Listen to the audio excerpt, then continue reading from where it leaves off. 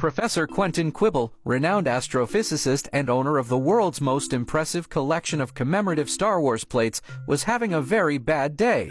Not only had he burnt his toast again, but the SETI telescope, his pride and joy, was picking up the strangest signal. It wasn't just any signal, mind you, it was a distress beacon, and it was coming from the general direction of the Kashyyyk system. "Blimey!"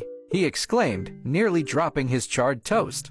Could it be Wookiees? He adjusted his spectacles, double-checked the signal, and nearly fainted. It was indeed a Wookiee distress call, and it was peppered with panicked roars and what sounded suspiciously like Shiriwook for giant space slugs. Quinton, being a man of action and a die-hard Star Wars fan, did what any sensible person would do. He contacted the United Nations. The UN, in a surprising display of efficiency, assembled a crack team of astronauts, linguists, and dog breeders just in case. They rocketed off towards Kashyyyk, ready for first contact. What they found wasn't giant space slugs, but a civilization of terrified Wookiees huddled in their treetop cities. Turns out, the Wookiees had been watching Earth a lot, and they were horrified. You did what to wolves?" The Wookiee chieftain roared, pointing a furry finger at a picture of a chihuahua. The linguist, a Miss Penelope Pratt, translated, "He seems concerned about our selective breeding practices." The dog breeders, a quirky couple named Bob and Brenda, puffed up with pride.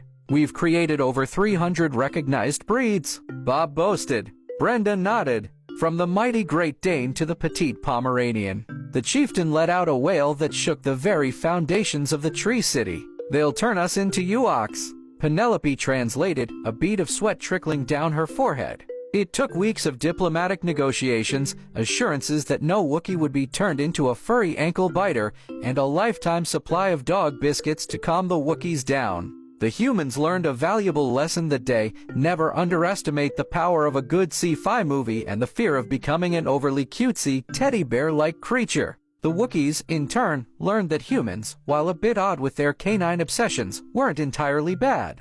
And Professor Quinton Pt1? He became a galactic hero, though he still couldn't quite master the art of making toast.